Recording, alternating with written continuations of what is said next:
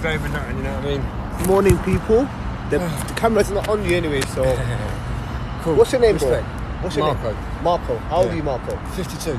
52? Yeah, I'm How old, long you bro. been living on, like...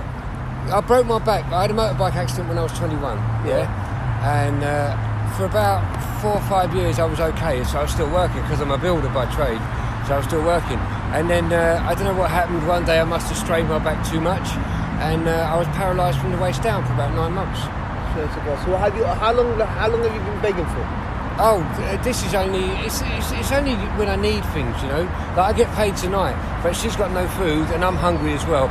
So I really, for the cat. Yeah, that's all I come out that's for this morning. That's what touched me more when you mentioned the cat. Well, I mean, to be honest with you, before you asked me for anything, I thought you was just going to buy on drugs or anything like that. But I'm not a man to judge you on your circumstances. Yeah, no. But I'd rather do something. Yeah, you know what I mean? That's absolutely. As I said, I mean, that's what I've come out for this morning. Normally, maybe once a week, if I come out for bits and pieces, it's once a week, twice a week if I'm desperate, you know what I mean? But as I said, I get paid at midnight, and I get my dole because of my broken back and all that. I get PPE. PIP. You're PIP, yeah? You get at least $1,000 a month? About that. Yeah, I get sickness and disability, severe disability, mobility allowance because I can't walk properly. You know, I got a limp and basically I have tried to work again. What was you doing 30 years ago, Marco? That's when I 52, so 22. I just finished. I used to work for Jaguar. Jaguar, yeah. In King's Cross. That's where I had a motorbike. I was going back and forward to work on a motorbike, and that's when I got knocked off my bike. But that was when I was 21, and then when I was 22, I started working for Eurocar and a couple of other things. I'm painter and decorator as well. I've also done 4 years as a carpenter, fully. So if you could give yourself, if Marco could give himself advice from the 30-year-old Marco, what would he say to himself today? Don't get a motorbike. Don't get a motorbike? No, because that's what fucked up my life.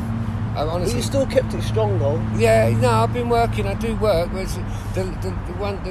What it was, I said I was paralysed for 9 months. Have you ever been on drugs, honestly? Oh yeah. Well, crack?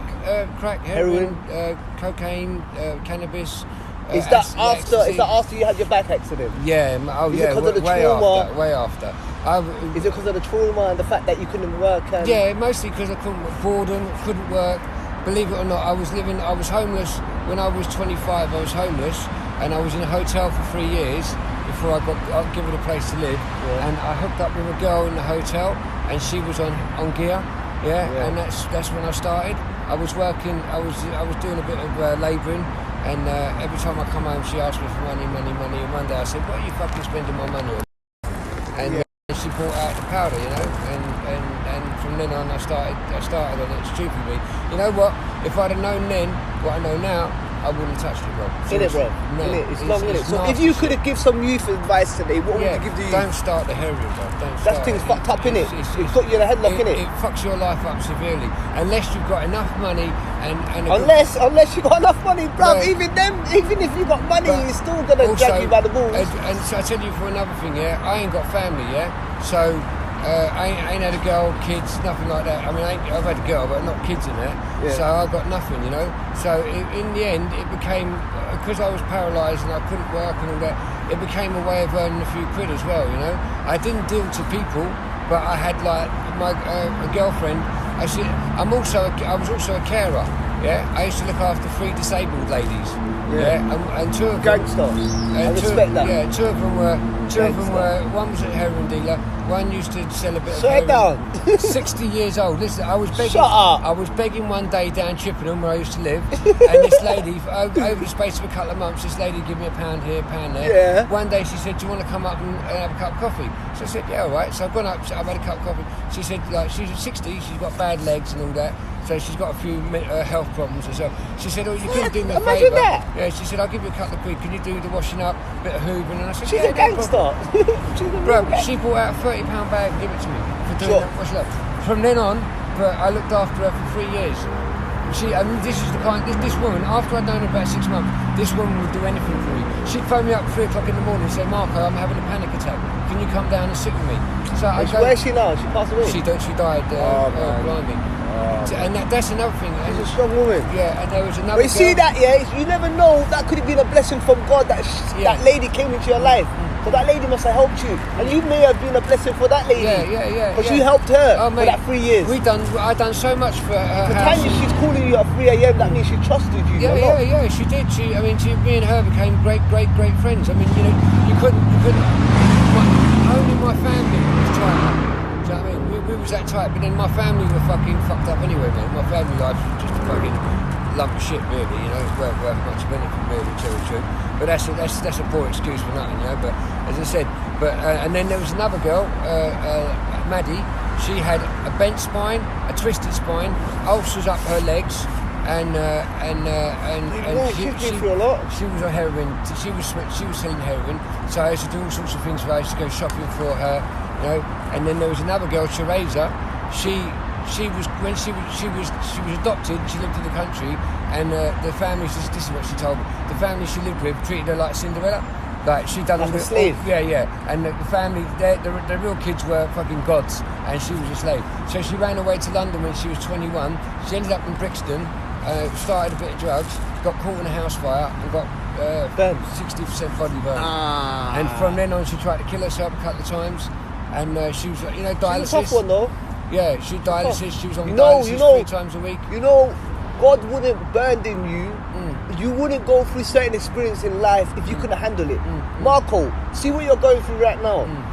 If God put me in that position, or I was in that position, I may not handle that. Yeah, you never know. But you're a strong guy. You never know. Trust me. The amount of people that the girl I told you, the last girl, Teresa.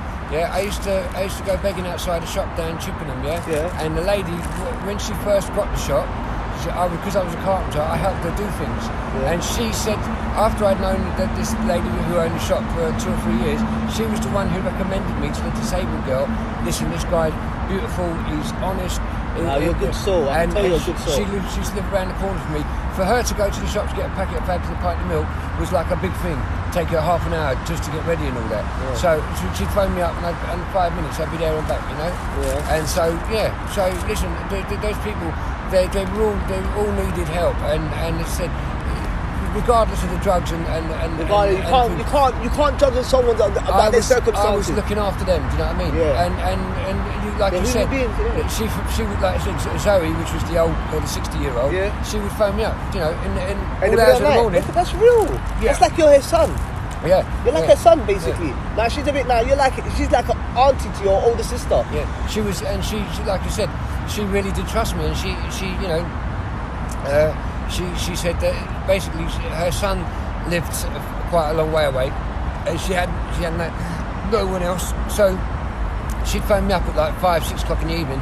She said, "What do you fancy? Do you fancy some dinner?" I said, "Yeah, all right." She said, "If you go shops and get some apple pie and some cream and that," she said, "I've got a dinner on, so we just get pie. I just get the pie." So it's basically like a family. It was, mate. I mean, She's like a family to you. She was there for you more than your own people were. Sometimes. Yeah. I was God. That's what I'm trying to say. You never know a blessing comes into your life. Yeah, and you was a blessing to her. Yeah. You guys bounce off, you vibrated off each other, you bounced off each other. I'm so lucky to have them people in my life. Do you know Same what I mean? here. Really. See the people that come into your life without you expecting it, you'll be like, yeah. But the people that you keep chasing, they're the people who keep pushing you away. It's like I said, I come down and do this only when I'm desperate.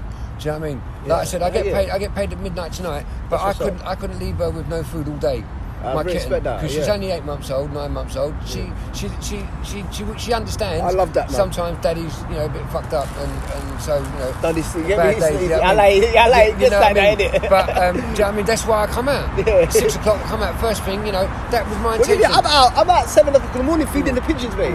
That's what dinner, something for each for myself and something for her. That's it. That's all I wanted. You know what I mean? I didn't want to. That's it, And as I said, so when I go home now, she'll be happy, And I say I get paid tonight, and I'm going to go and get all my other stuff, All right. Listen, it's been a pleasure talking to you. Pleasure speaking to you, brother. I'm going to see you about.